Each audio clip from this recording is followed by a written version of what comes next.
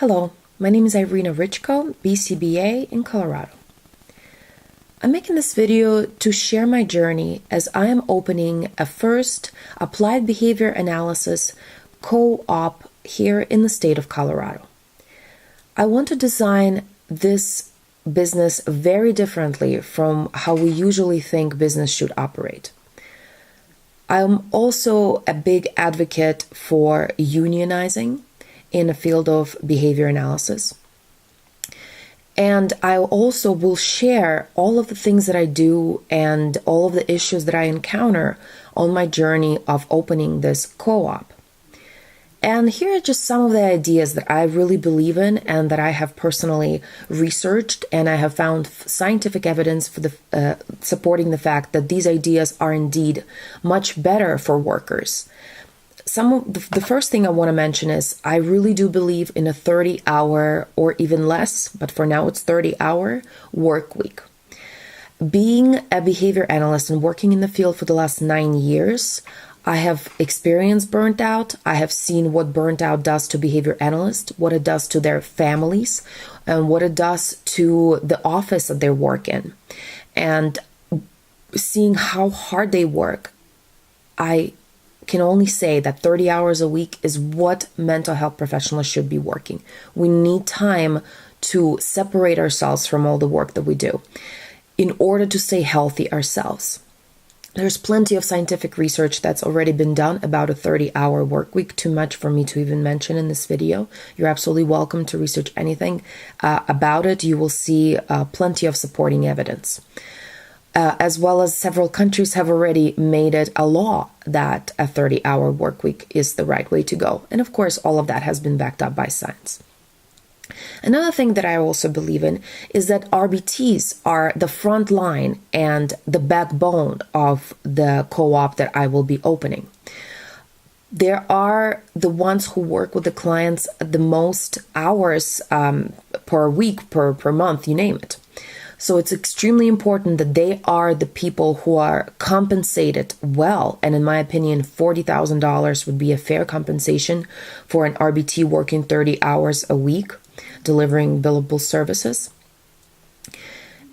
And I believe that by providing higher wages for them, taking some of that perhaps from my own pay cut as an owner as I start the company, because I believe that RBTs, the high quality RBTs you have in your company, that is what really makes your company. The crazy overhead, the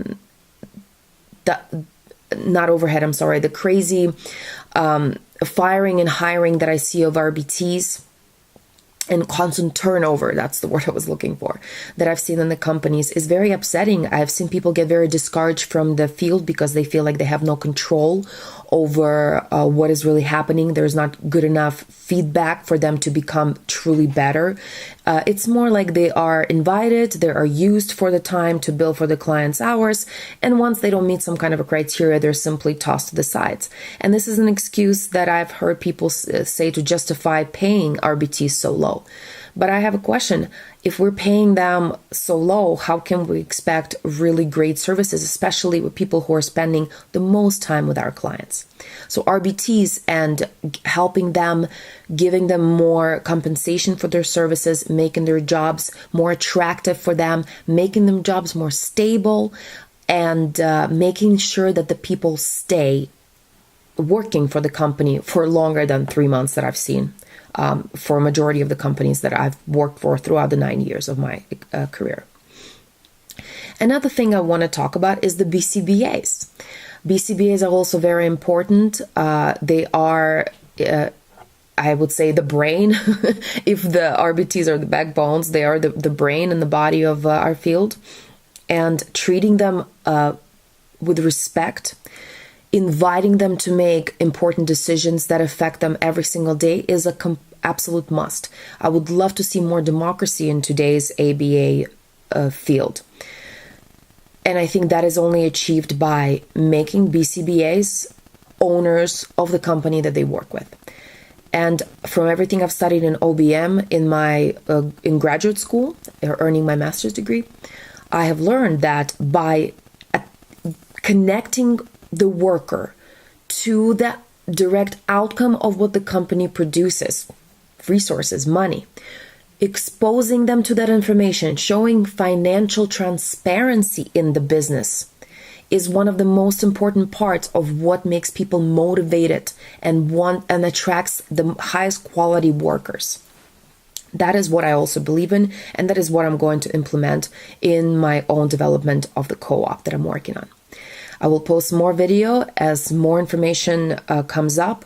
I will talk more about the financial part of it, the insurance part of it, as soon as I have all my ducks in a row and I can actually present it in a comprehensible way. All right, thank you guys so much for listening, and I'll see you later. Bye-bye.